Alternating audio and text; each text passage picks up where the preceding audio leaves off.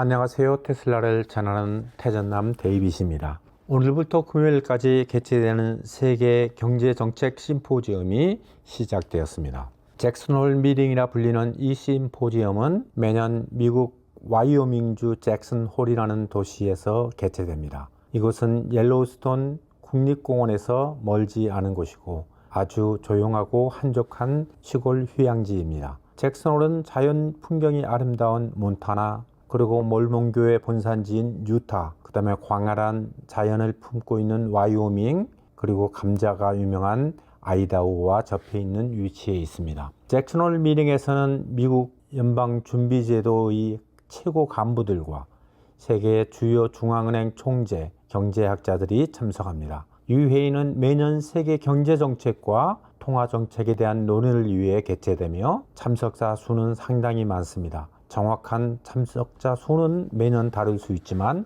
최근 미팅에서는 약 100명 이상의 참석자가 있다고 합니다. 그래서 투자자들은 오늘부터 금요일까지 열리는 잭슨홀 미팅에서 나오는 메시지에 주목하고 있습니다.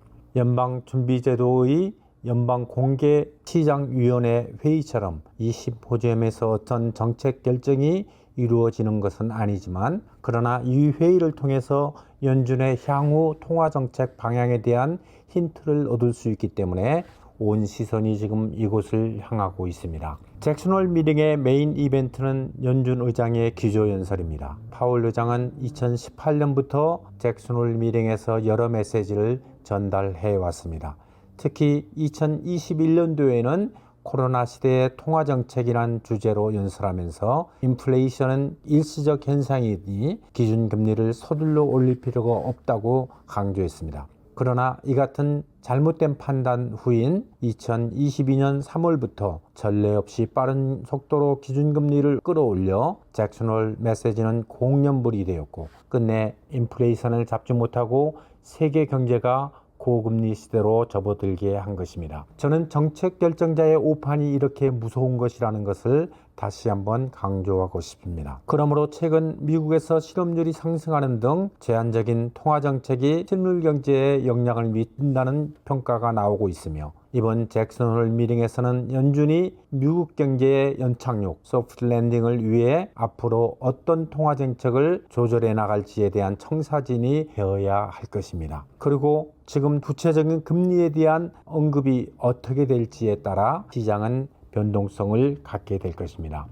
그러므로 올해 잭슨홀에서 가장 핵심적인 포인트는 파월 의장이 9월에 이자율에 대한 어떤 메시지를 줄 것이냐, 그리고 현재 인플레이션이 잡혀가고 있다고 보는지, 그리고 실질적인 데이터 상에서 올라가는 실업률에 대한 생각과 언급을 어떻게 하느냐에 시선이 집중되어 있는 것입니다. 그러나 그동안의 파월의 화법상 저의 개인적인 생각은 특별히 특정 사항에 대한 언급은 피하고 미래의 경제 데이터를 보고 결정하겠다는 것이 강조될 것으로 생각합니다. 체감적으로 침체를 경험하고 있는 미국민들이 늘어가는 시점에서 파월은 어떤 메시지를 던질지 관심을 갖게 됩니다. 오늘도 시청해 주셔서 감사합니다. 좋은 하루 되세요.